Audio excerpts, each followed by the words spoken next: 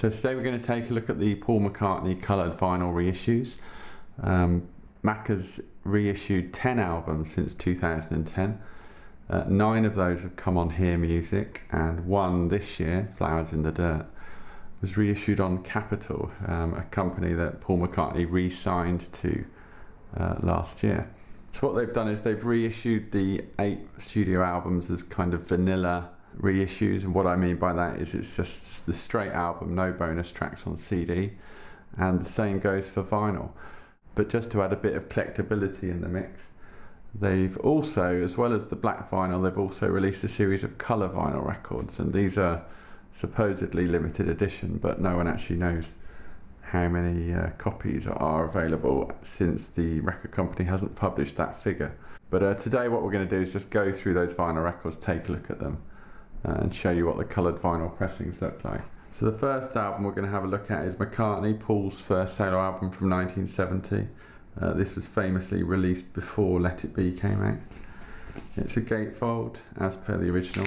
In fact, I have to say the quality of the photographic reproduction is excellent. It's very sharp, that image looks really good. There's the famous front cover on the back routine. And this is a red vinyl pressing. Now it comes with this sheet. I don't know if this sheet was in the original actually, but it's a kind of lyric sheet with some extra photos. The original, very original, did have that controversial questionnaire where Paul basically admitted that he wasn't likely to work with the Beatles again. 2 out of the 8 vinyl reissues come with plain inner bags, and they're not polyline sleeve. I think the other one's RAM. It's very disappointing for a £26 vinyl record that they can't be bothered to actually give you a polylined inner sleeve. I just think that's unacceptable at this price point. But there's the red vinyl. There's no attempt to recreate original kind of Apple labels or anything like that. But this very cheap sleeve really is extremely annoying. It's not easy to get the record in and out. Honestly, it's absolutely ridiculous. Of course, anyone that's bought the original vinyl reissues will know that they came with the bonus tracks, so most of the, if not all of the vinyl reissues were double albums. Not everyone wants that. So these new vinyl pressings, whether you get the coloured one or the black vinyl, might be quite welcome because it is an opportunity to get the remastered album as a standalone vinyl record. Next up is Ram from 1971. This album's actually technically credited to Paul and Linda McCartney. I can do a comparison here because I've got a couple of the other vinyl versions of this. But gatefold, quite glossy actually. Quite interesting to do a comparison. That's the 2017 coloured vinyl reissue on the right, and this is an original Ram here on the left. So it's a bit more orangey, you can see that. Although they've lifted the contrast on the photo, which is probably an improvement. Back cover fairly much identical, other than some of the credits and technical stuff. And the gatefold's basically the same. But look at the original vinyl reissue that came out. So you see here you've got the Paul McCartney archive strip. So it is annoying. It does make a difference. I don't know why they didn't do this strip here with an Obi strip. It doesn't have to be printed on like that. So you can see the difference there.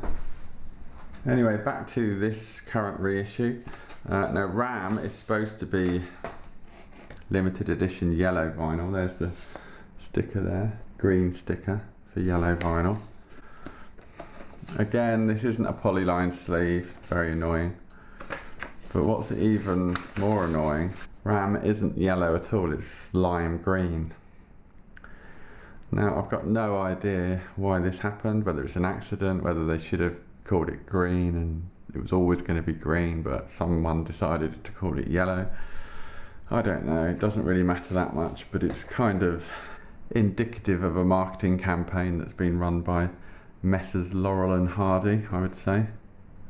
Don't forget, when these were first announced, they were ludicrously expensive, and they got taken down off of various websites, and then they came back 2 weeks later, and blah blah blah. The price changed on these about 10 times. All of these reissues come with download codes. There's little cards inside. Band on the Run is a white vinyl pressing. There's the sticker. Front cover looks really good. Very good, actually. Looks really good. This doesn't have the glossy finish. This has a matte finish, which I think is consistent with the original. In fact, here is an original.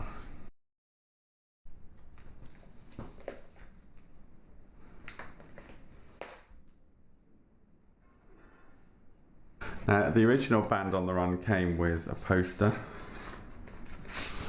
So this is the original we're looking at here. Inner sleeve, lyrics, black vinyl. This poster is really good, actually. I really like this poster. I might actually frame one of these.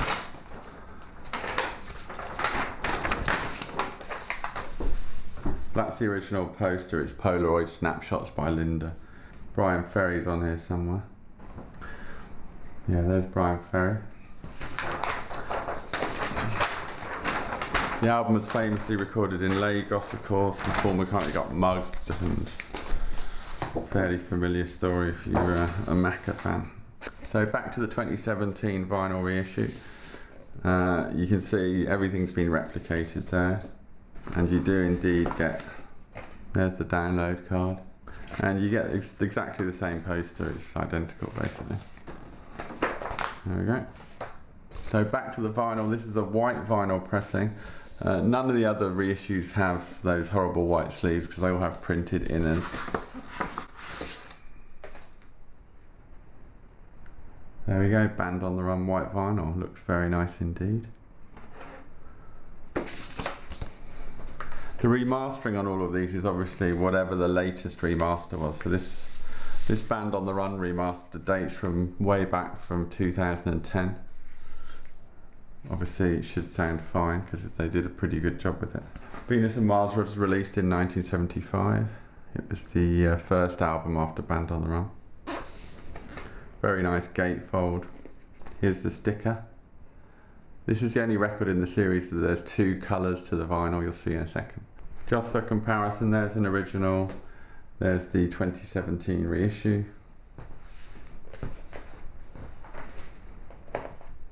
Everything looks fairly much the same. You'll notice it's got the old MPL logo on it, this one. That's the Juggler logo, was the new version. The original Venus and Mars came with posters and stickers, and the new one replicates that. So you get various stickers. Venus and Mars are all right tonight sticker with all the different planets on it. Sticker number 2 and 2 posters. I think this is Paul and Linda at the Mardi Gras, I think, because the album was recorded in New Orleans. And another poster here with some more album shots there. I compared this poster to the other one. It's slightly thicker paper stock. That's about it. So otherwise identical. The inner sleeve is the same as well. I had my doubts about this, but I think they've done a nice job actually. Considering how off that yellow was on Ram, I think they've matched the yellow and red to the colour scheme of the album really well on this one. So that's pretty sexy. So that's Venus and Mars.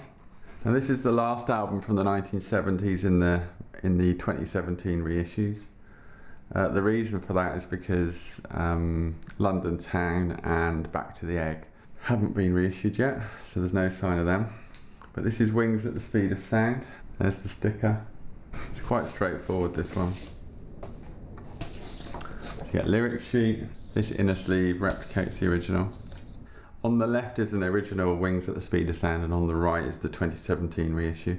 You can see what a good job they've done of recreating the colours and the design. I mean, it's basically identical. Not on the back though, where you can see the skin tones are slightly different. This is the 2017 coloured vinyl reissue. This is pressed on orange vinyl. That looks really nice. It's one of the better ones, I think. A reminder of what the cover of the 2014 vinyl reissue looked like. So again, you've got the horrible strip down there. So that's Wings at the Speed of Sound. Now then, McCartney II, 1980. This is on clear vinyl. There's the sticker.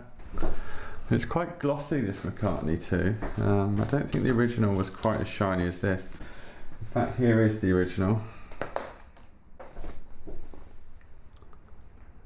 I love the cover to this album. I think they've done a fantastic job at recreating it again. That's the back. Now this is a gatefold. So there's the original gatefold. That's the original inner sleeve. Lyrics on one side and that rather cute photo on the other side of, that's probably James, I think, pulling at Paul McCartney's shirt. So this is the 2017 coloured vinyl reissue. As you can see, same image used on the inner sleeve, same lyrics on this side, and then there's the clear vinyl pressing. Good album, McCartney II. Arguably one of the best of the deluxe editions was the McCartney II deluxe reissue, because it had the original double version of this record that Paul was going to release but never did in the end. So we're into the 80s and Paul returning as a bit of a pop star. He'd had a #1 hit in America with Coming Up, and Tug of War was a very big album, of course.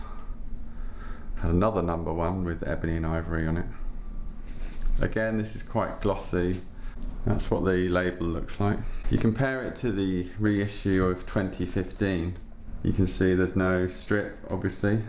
This has got a kind of matte laminate finish to it, where this is more glossy. You can see that actually if I do that. This one reflects the light, that one doesn't. This was a gatefold because of the bonus tracks. But original inner sleeve, replicated here.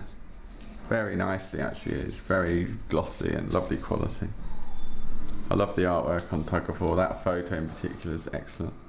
And the blue vinyl looks pretty amazing, very, very nice. It's quite a nice shade of blue. Now it should be pointed out this reissue uses the remix of Tug of War, but it's very small print where it's pointed out, remixed by Steve Orchard and Paul McCartney.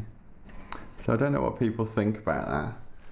I'm not totally convinced by the remix. I know some people don't like it, but I think the reason the logic about remixing it was because they, in order to get a high-res version, they had to go back to the multi-track tapes, because I think it had been mastered digitally at the time. So in other words, you couldn't get a high-res version from the stereo master, so they had to go back and remix it. But anyway, there's Tug of War. And last but not least, we've got Pipes of Peace. This is a silver vinyl pressing. There's the sticker. Now, Pipes of Peace has a gatefold, and it's quite arty because you can't see Paul on the front. But when you open it up, there he is. Now, originally the cassette actually showed Paul on the front, it didn't show the other bit. However, one of the slightly nonsensical things about the 2015 reissue was they still put the McCartney Archive Collection strip down the side, even though it meant when you opened it you had that, which is a bit of a monstrosity, and it sort of beggars belief that someone thought that was a good idea. It cuts the gatefold image in half. Thankfully that's all gone, so there's no strip down the front. This is a silver vinyl pressing. Everything's replicated really as per the original. So if you're familiar with the album, this inner sleeve is as per the original. And there you go, quite nice silver vinyl pressing. I think Pipes of Peace was definitely a little bit of a step down in quality from Tug of War. A lot of people don't like it at all. It didn't do very well in America, despite the fact that Say Say Say was an enormous hit there. So this is the final reissue. I should add that these are all going to be coming out as Japanese mini LP CDs. They're sort of vinyl replica CDs. You probably be aware of what they are. I think in a week or two they officially come out in Japan. So you're going to get mini CD replications of all of these. So this is Paul from Super Deluxe Edition looking at Capitol Records 2017 coloured vinyl reissues of Paul McCartney's albums.